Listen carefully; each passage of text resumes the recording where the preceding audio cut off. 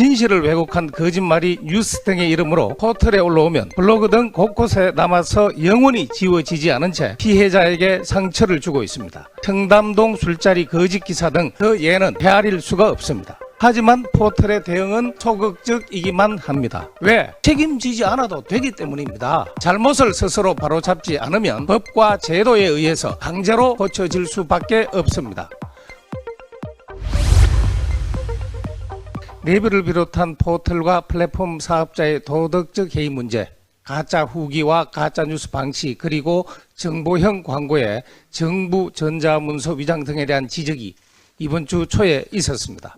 그리 사용자와 소비자들의 피해 사례와 재발 방지를 위한 민원이 잇따라서 이를 위한 법적, 제도적 정비에 대해 이야기하고자 합니다. 네이버 등 포털과 거대 플랫폼의 법률적 지위는 전자상거래 소비자보호법상 통신판매 중개업자로서 거래되는 물품의 하자에 대해 법적으로 아무런 책임이 없습니다.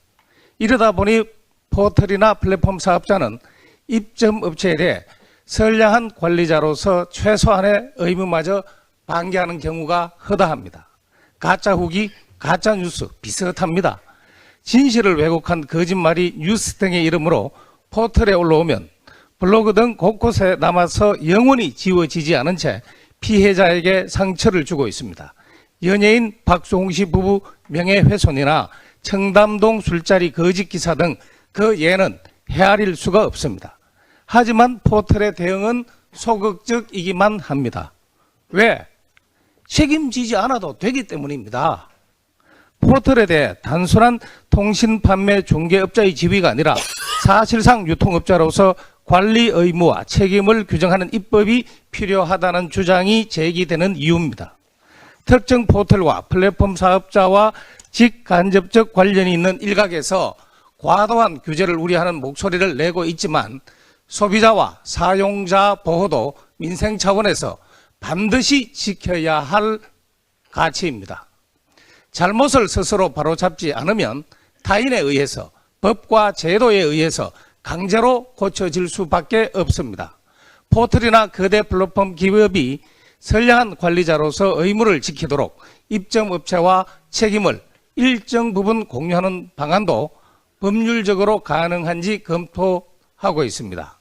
또 이렇게 했을 경우 혹시 영세 자영업자의 판로 위축이나 언론의 다양성 보장에 생각하지 못한 부작용이 있을까 살펴보고 있습니다.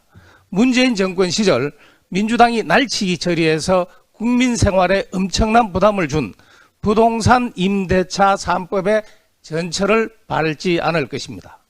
개선안의 기본 골격이 확정되는 대로 공청회나 세미나 등을 열어서 의견을 들을 예정입니다. 참고로 같은 플랫폼 사업자인 쿠팡은 판매 물품의 90%가량을 직접 구매해서 거래하는 방식을 취하고 있습니다. 이럴 경우 판매 물품의 하자에 대해서 쿠팡이 책임을 지게 됩니다. 소비자, 구매자 보호에 진일보한 행태라고 판단합니다.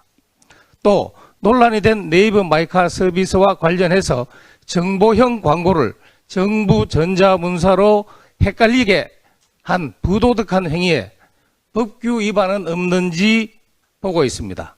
또 정부 전자문서 송신 시 영리 또는 홍보 목적의 연계 노출을 금지하는 조항을 관련법에 신설해 법의 사각지대를 악용한 사용자 기만도 없도록 해 나가겠습니다.